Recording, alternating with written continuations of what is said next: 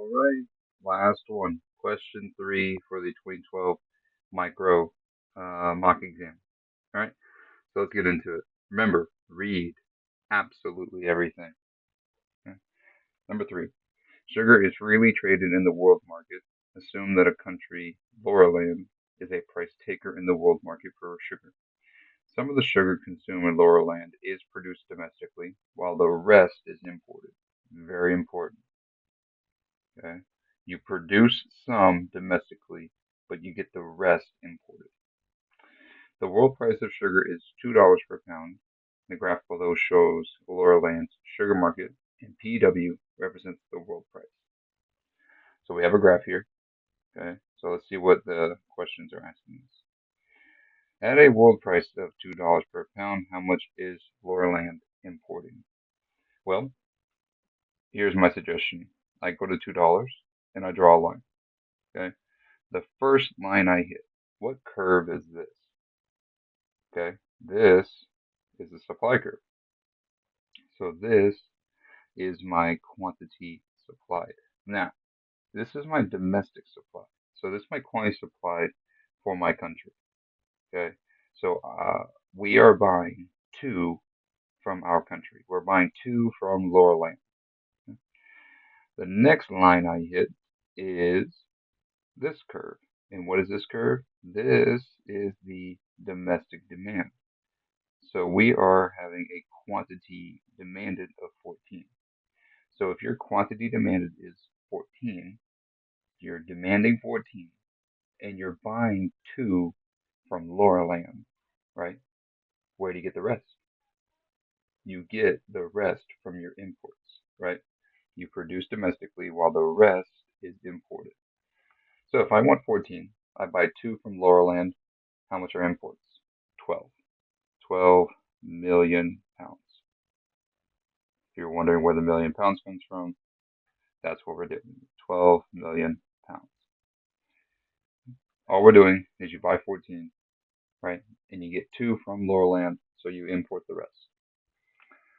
Suppose that Lauraland imposes a per unit tariff on sugar imports, and the new domestic price, including the tariff, is $4.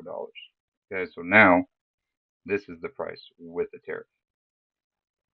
Okay, very important. This is the world price with the tariff. Okay, so identify the new level of domestic production. Well, again, I'm going to draw my line here. The first line I hit, that right there, what curve is that? That's my domestic supply. So my domestic supply or my domestic production is 6 million pounds. That's all it is just the quantity supplied at that price. Okay, it's very important that you get on the price here and you draw a line, okay, and you're only looking at the supply and demand curves, which are the green. You only look at the demand and the supply, okay? So that happens right here, so that's 6. Okay? Calculate the domestic consumer surplus for Lauraland. So, what do we know about consumer surplus? Consumer surplus is everything below demand and above price. So, here's my demand curve. Now, how much am I buying? Look in the graph here. The price is 4. Okay. I go here. Boom. Quantity demanded is 10. So, I'm buying 10. Now, you're wondering why, but you're only doing 6 for the domestic supply. And that is correct. However, because we can import the rest, I'm buying 10 because I buy 6 from Lauraland and I import the rest. So I buy 10. So this is my demand curve for this quantity. And I do everything above price. So that would be this triangle right here. Okay? That's my consumer surplus. So how much is it? Well, as we know, that's a triangle. And a triangle is going to be base times the height divided by 2. So we need to show our work. So what we need to do for B double I is we need to say consumer surplus is equal to the base. How big is the base? Well, the base of the triangle is down here, the actual bottom of the triangle. And how big is it? It goes from 0 to 10. So that means the base is 10. So base is the 10. Now the height. Well, it starts at 4 and it goes up to 9. So the actual height of the triangle, right, is 9 minus 4 divided by 2. Okay, I'm doing divided by 2 because that's the area of a triangle. So this would equal 10 times 5 divided by 2, 50 divided by 2. The answer is $25 million. If you're wondering why million, well, you buy price times million pounds, so it's 25 million. So that's consumer surplus. It's just the area of the triangle. The height is 5, the base is 10. Calculate the total tariff revenue collected. Okay, so if you don't know, total revenue is price times quantity. So take a big guess at what tariff revenue is. Tariff revenue is going to be, well, that's not how you spell tariff. Tariff revenue. Take a big guess. It's the tariff times quantity. So here we go. How much is my tariff? Well, if we're doing the price with the tariff is 4, and we know the price is 2, so therefore 2 plus tariff equals 4, my tariff has to equal 2. So my tariff is 2.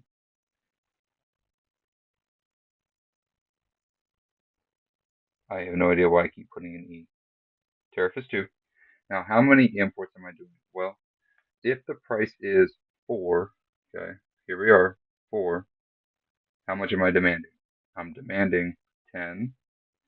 And how much am I buying from Laurelland? I'm buying 6.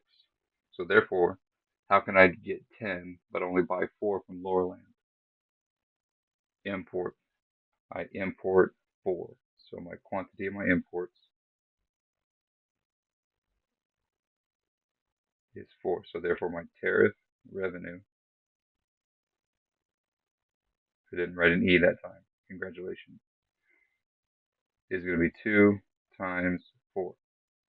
So therefore, the tariff revenue would be equal to $8 million. Okay? If you would like to show a little bit more of your work here, you can also have the option to do it like this. Tariff revenue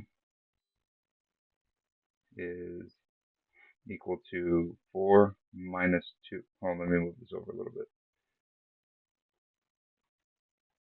Is equal to 4 minus 2,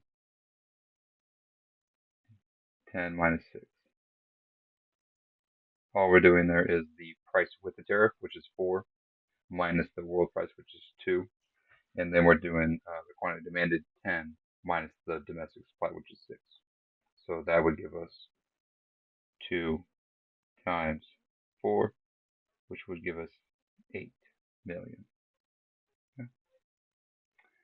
So that would be part B, triple I. Okay. Part C. Given the world price of $2, what per unit tariff maximizes the sum of Laurelland's domestic consumer surplus and producer surplus? Well, let's think about it this way. Okay, your maximum consumer surplus and producer surplus happens where? Equilibrium, right? That's the maximum every time. Now, also, every single time we have a tax, right? Let's say we have a tax here. What is created every single time? Deadweight loss. Every single time we have a tax, there's going to be deadweight loss that is created. And in this question is no different. All right, here's the deal. So because you were at the world price here, because you're at the world price down at 2, all right, you had that big area with consumer surplus. Okay. Now, because the world price goes up, you're now losing these areas right here to deadweight loss. If you are confused on how I'm finding the deadweight loss here, you need to check out the macro lecture slides on the let me get you the proper name. Gains from trade. I will be linking that in the description. Yes. Yep, it's on the gains from trade. I will be linking that in the description below so you can get an idea of that. But yes, that is where the deadweight loss is created because this area here is consumer surplus. This area right here is your producer surplus, and this area right here is your government revenue. So the only thing missing is the deadweight loss. So every time we have a tariff, we have a deadweight loss. So what would be the per unit tariff that maximizes consumer surplus and producer surplus? Well, if every time we have a tariff, we're creating deadweight loss, guess what? I don't want a tariff.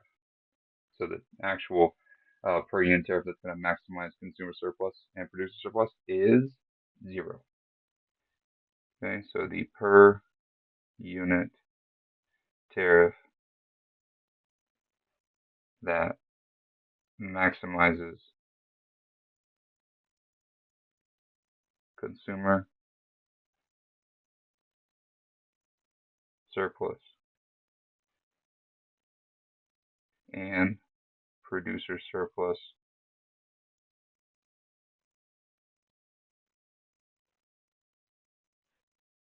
is 0. Okay. Alrighty, that's question 3, all done there for you. Okay, like I said in the previous videos, I will be linking the this document in the description below. That way you can have it with you. I'm also going to be linking the lecture slide that I was mentioning, gains from trade. If you're looking for how the tariff creates deadweight loss, it is page number 13, I believe. So be sure to check that out. Or it might have been 14. No, try 13, but it's there. And if you have any questions, feel free to leave me a comment below. I'll try and get back to you as soon as I can.